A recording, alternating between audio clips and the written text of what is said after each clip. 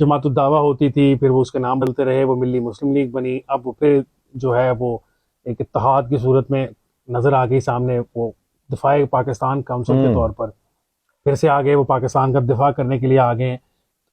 پاکستان کے دفاع کے لیے ایسی تنظیموں کی ضرورت ہوتی ہے، میرے آپ جیسے لوگ جو ایک 22 کروڑ عوام ہے نوجوانوں کے اوپر بھری ہوئی، ان کے اوپر کوئی اعتبار کیوں نہیں ہے؟ نہیں، پاکستان کو خطرہ کیا ہے؟ تو پتہ نہیں، وہ خطرہ تو دفاع پاکستان کونسل والا، تو وہ انڈیا سے خطرے کے لیے ہم نے سوچا جا سکتا ہے کہ یار یہ انڈیا کبھی کوئی انڈیا کے اٹیک ساتھ کرے گا۔ ہمارا خطرے کی وجہ کیا رہ گئی ہے؟ فی الحال تو کوئی نظر نہیں تھینکس آتی۔ To general Bajwa and Imran Khan, خطرے کی وجہ کیا وہ رہ گئی ہے؟ کشمیر ہمارا جو ڈسپیوٹ تھا وہ تو وہ ویسے ہی ہو ختم گیا۔ ہوا، وہ مطلب کہ ختم کر دیا انہوں نے۔ تو آپ دیکھ لیں کہ جب کشمیر کا ایشو، جب وہ انہوں نے آرٹیکل 370 اور وہ 35A جی وہ ختم کیا، تو آپ کو پتا ہے آپ کے ملک کا سب سے بڑا مسئلہ کون سا بنایا گیا تھا؟ سر وہ ہم نے وہ کھڑا تھا نا دوپہر کو کھڑے ہوں گے نہیں 4 گھنٹے وہ کے تو لیے۔ بعد کی بات ہے۔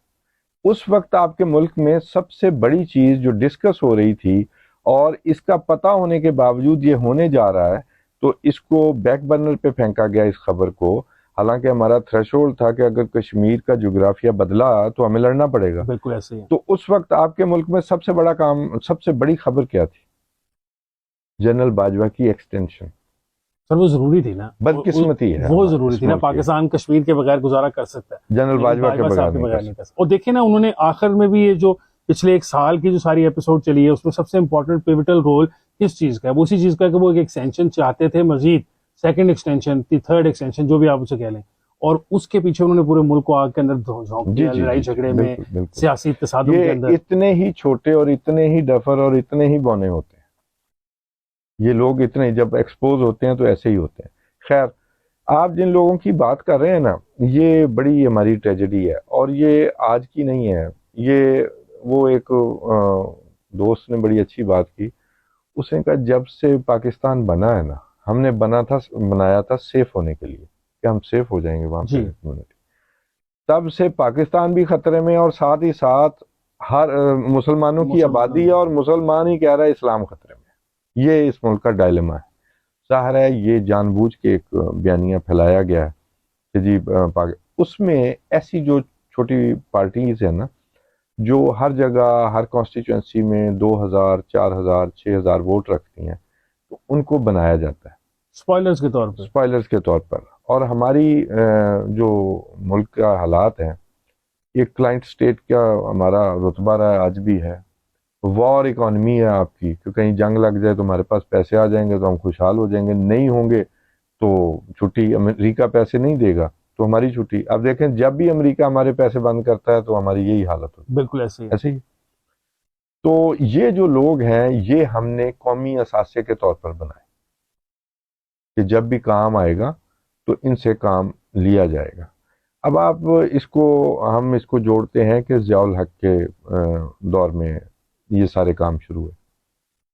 ایسا نہیں ہے یہ نئی چیز، یہ مشروم گروتھ ضرور ضیاء کے دور میں ہوئی، لیکن یہ پہلے بھی ہو رہا تھا۔ جماعت اسلامی نے الشمس اور البدر کے نام پر بنگلہ دیش میں بھی بہت کچھ کیا، ٹھیک ہے۔ اس سے پہلے وہ ایک تحریک بھی چلی، قرارداد مقاصد شامل ہوئی، اور مطلب یہ کہ ہمارے ایسٹس مور اور لیس قائم رہے۔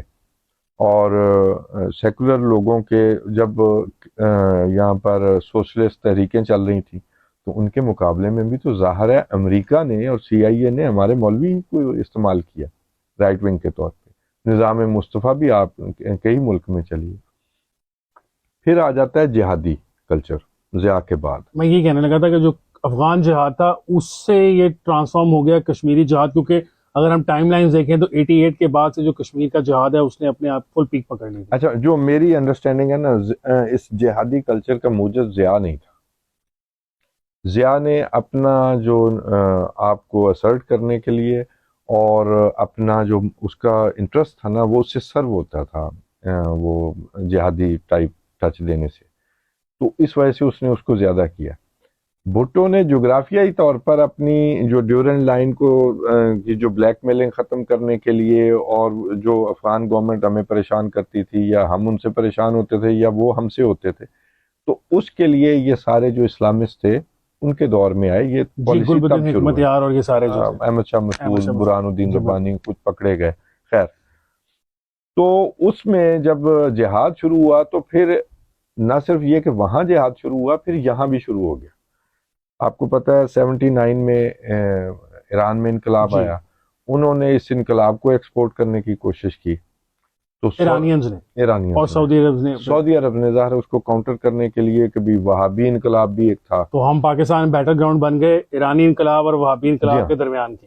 اس دوران یہ مولانا فضل الرحمان خلیل بھی وجود میں آیا، اس میں آپ کہہ لیں کہ جماعت الدعوہ بھی آ گئی وجود میں، سپاہ صحابہ بھی، سپاہ صحابہ یا وہ کیا ہے وہ شیعوں کی جو بھی تھی، سپاہی محمدی تھی ان کی. سپاہ محمد تو ان کا وہ ونگ تھا جو عسکری ونگ تھا. عسکری ان کی بات ہی کر رہے ہیں نا. نہیں، سپاہ محمد اب میں آپ کو بتاتا ہوں. جی. سپاہ صحابہ پولیٹیکل فیس بظاہر، اس کے بعد اس کے نیچے آئی لشکر جنگ بھی، اس طرح تحریک نفاذ فقہ جعفریہ، اور اس کے نیچے ان کا عسکری ونگ آ گیا اس کا سپاہ محمد، جس کا میرے خیال وہ جو ہیڈ کوارٹر تھا ٹھوکر نیاز بیگ میں. اور یہ تو وہ یہ پراکسی ہماری، ہم نے پراکسی ان دونوں ملکوں کی لڑی. اب ہم اسے مانیں یا نہ مانیں، تو اب ان کی تو صلح ہو گئی ہے، لیکن یہ ایسٹس ہیں. انہوں نے افغان جہاد میں لوگوں کو ٹرینڈ بھی کیا ہے، اور وہاں وہ ان کے پاس لوگ بھی موجود ہیں. تو اب ظاہر ہے وہ پھر جب بے نظیر اقتدار میں آئیں تو اس کے بعد اپنے ایسٹ سنبھال کے رکھنے تھے کہ بے نظیر عورت بھی تھیں، پیپلز پارٹی سیکولر جماعت سے تھے، تو بلیک میلنگ چپس یہ لوگ یوز ہوتے رہے. کامن فیکٹر کیا ہے؟ دفاع پاکستان کونسل پہلے بنی تو حمید گل آپ کو نظر آئیں گے. جی بالکل، ساتھ ساتھ ہوتے تھے. ٹھیک ہے. اب پھر وہ جی ہم آپ کبھی اپنا دفاع کریں گے اگر ہماری افواج کے خلاف بولا اور یہ وہ، تو اب ان کا بیٹا جو ہے وہ عبداللہ گل بھی ساتھ موجود ہے. کامن فیکٹر موجود ہے کہ اپنی ناکامیوں کا بدلہ جو آپ لوگوں نے خواب سوچے ہیں وہ آپ لوگوں نے اس قوم کو ڈیوائیڈ کر کے دیکھیں. پاکستان کی فوج کو آپ جیسے کسی دفاعی لوگوں کی ضرورت نہیں، پاکستان کو آپ جیسے لوگوں کی بھی ضرورت نہیں. ان لوگوں نے ہی پاکستان میں اتنی تقسیم پیدا کی ہے، ہم ان حالات اس نہج جی پر ہاں پہنچ گئے. اس نہج پر پہنچ گئے ہیں. آپ کوئی بات ایک صحت مند گفتگو کے طور پر بھی کریں گے تو آپ پہ کوئی فتویٰ لگنے کی خطرہ ہے. مسائل ہیں. آپ کے ٹی وی پہ لوگوں پہ کفر کے فتوے لگ رہے ہیں. ابھی پرسوں یا وہ ایک دن پہلے کوئی ایک مولوی ہے وہ جس نے معافی نامہ ریٹن لکھ کے پڑھا تھا، وہ باجوہ کے خلاف، جنرل باجوہ کے خلاف پہلے اس نے کوئی فتویٰ دے دیا تھا، ٹی ایل پی کا بندہ تھا.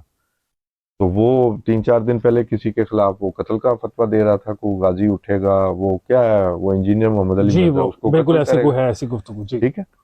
تو تقسیم در ٹالرنس نہیں رہی نا سوسائٹی میں، ہم کسی کی بات سننے کو تیار ہی نہیں ہے، ٹالریٹ کرنے تو وہ کو جو تیار. ٹالرنس نہیں رہی وہ ان لوگوں نے ختم کی ہے.